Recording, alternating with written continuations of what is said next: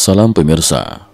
Dalam upaya memperkuat simbol persatuan nasional dan ketahanan di tengah tekanan geopolitik, Presiden Suriah Ahmed Al-Shara secara resmi meresmikan desain baru lambang negara Suriah.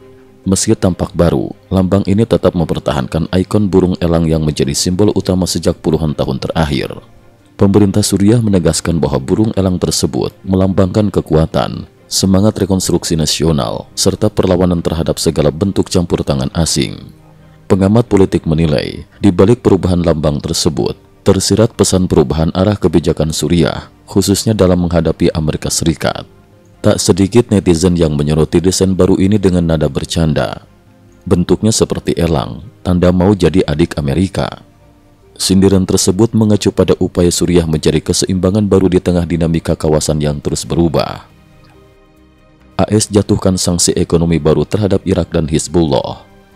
Dari Washington, Departemen Keuangan Amerika Serikat pada hari Kamis 3 Juli 2025 secara resmi mengumumkan penjatuhan sanksi terhadap sebuah perusahaan dagang besar di Irak.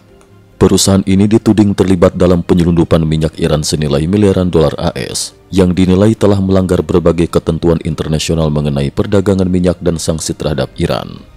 Tak hanya itu, sejumlah lembaga keuangan yang berada di bawah kendali kelompok Hizbullah juga ikut dijatuhi sanksi. Langkah ini merupakan bagian dari upaya lebih luas Washington untuk menekan pendanaan kelompok-kelompok yang dianggap terlibat dalam aktivitas teroris dan memperkuat aliansi anti-Iran di Timur Tengah. Militer Israel serang gudang senjata Hizbullah. Di kawasan Timur Tengah, ketegangan semakin meningkat. Pada 3 Juli 2025, militer Israel melaporkan telah melancarkan serangan udara yang menargetkan gudang senjata serta fasilitas militer milik Hizbullah di perbatasan Suriah-Libanon.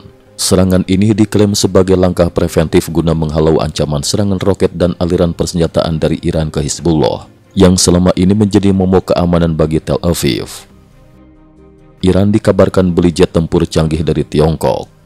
Dari Teheran, sejumlah media melaporkan bahwa Iran baru saja memperkuat armada udaranya dengan mendatangkan jet tempur J-10C buatan Tiongkok.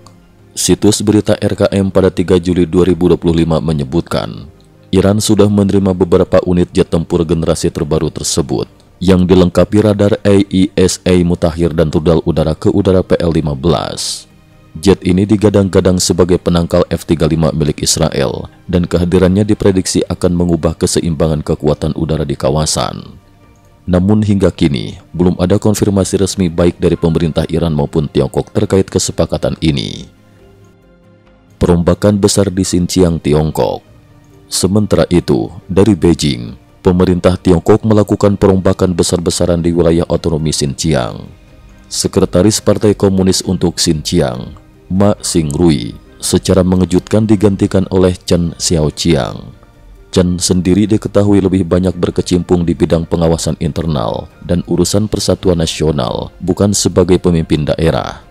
Banyak analis meyakini, pergantian ini bukan tanpa alasan. Keterlibatan kelompok bersenjata Uighur yang disebut-sebut pernah terlibat dalam pemberontakan bersenjata di Suriah menjadi salah satu kekhawatiran utama pemerintah pusat di Beijing.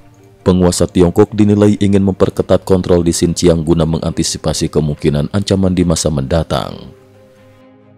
Kesimpulan, berbagai dinamika di Timur Tengah dan Asia menunjukkan bahwa stabilitas kawasan masih jauh dari kata aman.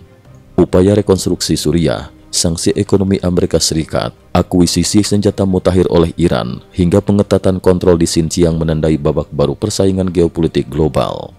Setiap langkah yang diambil oleh para aktor utama, baik negara maupun kelompok non-negara, dipastikan akan memberi dampak besar terhadap arah kebijakan, stabilitas politik dan keamanan dunia ke depan. Cukup sekian dulu, terima kasih atas perhatiannya.